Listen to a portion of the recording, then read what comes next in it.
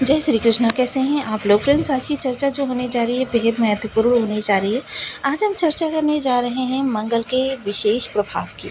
मंगल जो कि आपके लिए बहुत ही विशेष होने जा रहे हैं क्योंकि अपना नक्षत्र परिवर्तन करने जा रहे हैं। इसमें शुक्र भी बेहद महत्वपूर्ण भूमिका निभाते हुए दिखाई देंगे और गुरु के विशेष प्रभाव में इस समय मंगल देव आने जा रहे हैं। दो गुरुओं का साथ रहेगा। जहाँ कि हम शुक्र को जानते हैं ये आध्यात्मिकता, भौतिकता और ऐश्वर्यकारी ग्रह हैं, सबसे सुंदर ग्रह है।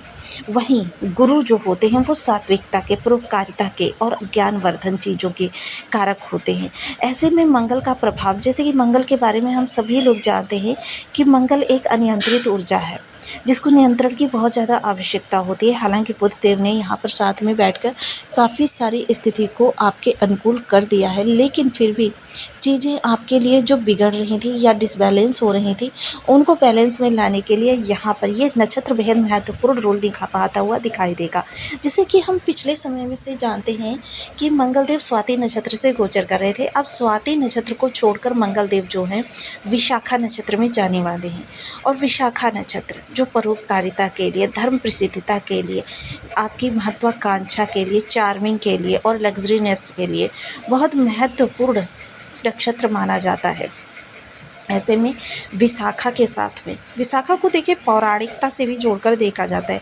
श्री कृष्ण की परम सखियाँ जो थीं उनमें से विशाखा भी एक महत्वपूर्ण सखी थी जो कि नक्षत्र के माध्यम से इस समय पर आपके साथ में विशेष प्रभाव देती हुई दिखाई देंगी। इसको अगर हम समझें तो चंद्रमा की, देखिए जितने भी नक्षत्र हैं इन्हें हम चंद्रमा की पत्नियों के रूप में जानते हैं।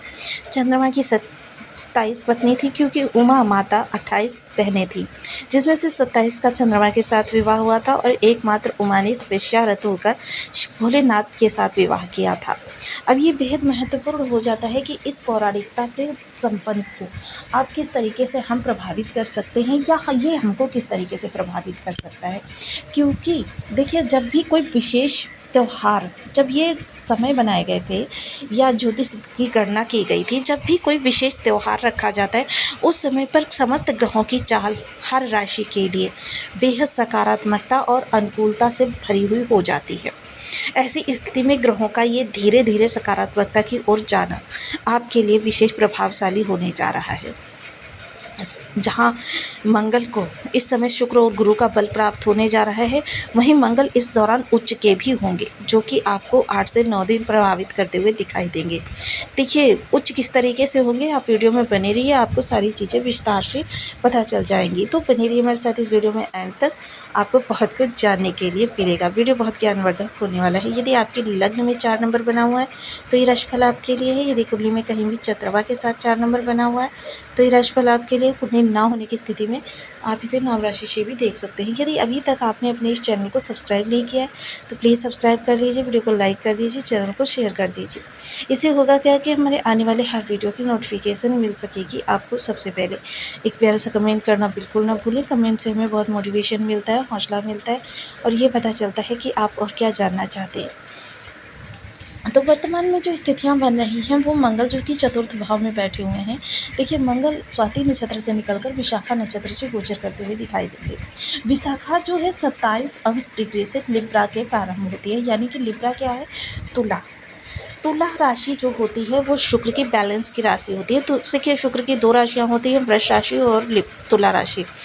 वृष राशि जो होती है वो कर्म की राशि होती है और तुला राशि जो होती है वो बैलेंस की राशि होती है। यहाँ पर मंगल को बैलेंस करने में शुक्र का भी विशेष योगदान रहने वाला है।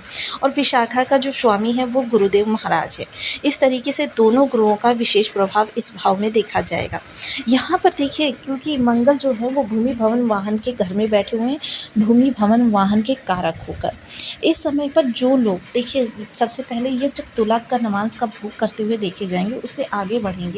विशेषता यही स्थान ऐसा है जहाँ पर मंगल इस समय 5 नमाज़ों का भोग करेंगे, क्योंकि तुला से लेकर मकर तक भी इनका जो गोचर काल रहेगा वो रहेगा।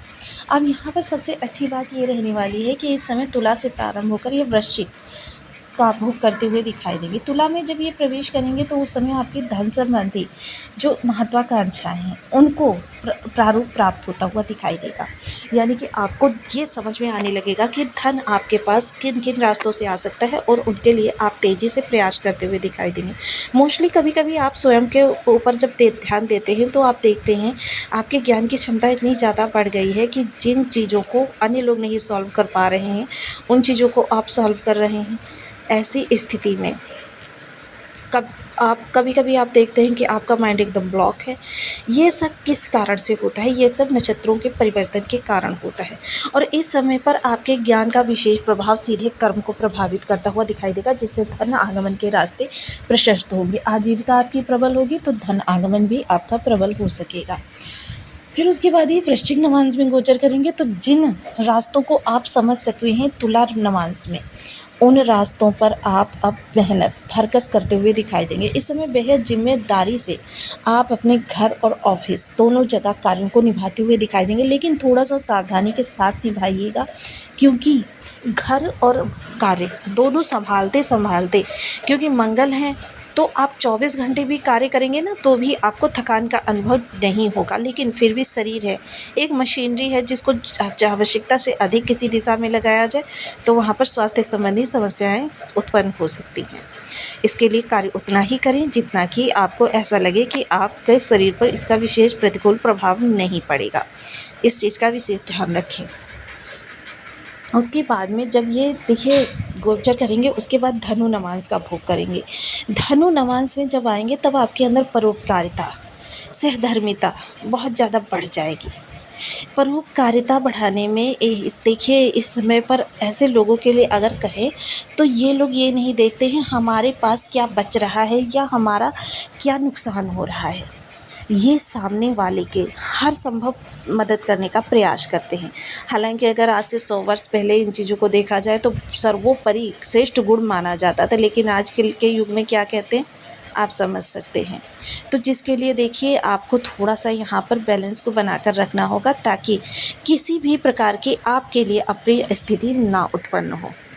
ये बहुत महत्वपूर्ण हो जाता है क्योंकि धनु नवांश जो है थोड़ा सा आपको स्किल्स की ओर भी लेकर जाएगा, थोड़ा सा आपको सहधर्मिता भी सिखाएगा कि मतलब आपको किस तरीके से अपने कार्यों को और रिश्तों को एक साथ लेकर चलना है। ये सबसे महत्वपूर्ण क्षण होगा इस नवांश का गोचर का।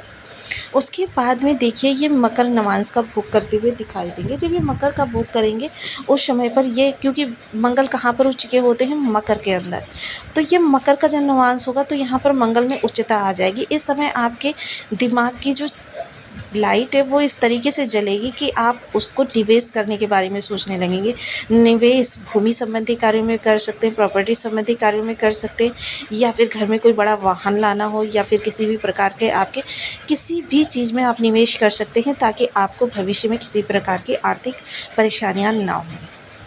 इसके उपरांत कुंभ का नवांश भोग करेंगे। कुंभ जैसा कि हम साइंस से ही जानते हैं कि कुंभ जो है प्राप्ति की राशि है। ये समय काल आपके लिए सर्वाधिक श्रेष्ठ समय काल रहने वाला है क्योंकि कुंभ जैसे कि आप देखते हैं एक घड़ी से सब कुछ आपको प्रदान किया जा रहा है, यानी कि कल्पतरु की तरीके से आपके सामने सारी चीज़ें प्राप्त होने वाली हैं, आपकी इच्छाएं पूरी होती हुई दिखाई देंगी। तो ये गोचर काल आपके लिए सर्वाधिक श्रेष्ठ रहने वाला है। तो आपको वीडियो कैसी लगी मुझे कमेंट बॉक्स में जरूर बताएं। चैनल पर न्यू है तो प्लीज़ वीडियो को लाइक शेयर चैनल को सब्सक्राइब करना बिल्कुल ना भूलें। मिलती हूँ नेक्स्ट वीडियो में, तब तक के लिए नमस्कार। अपना ध्यान रखें, स्वस्थ रहें, मस्त रहें।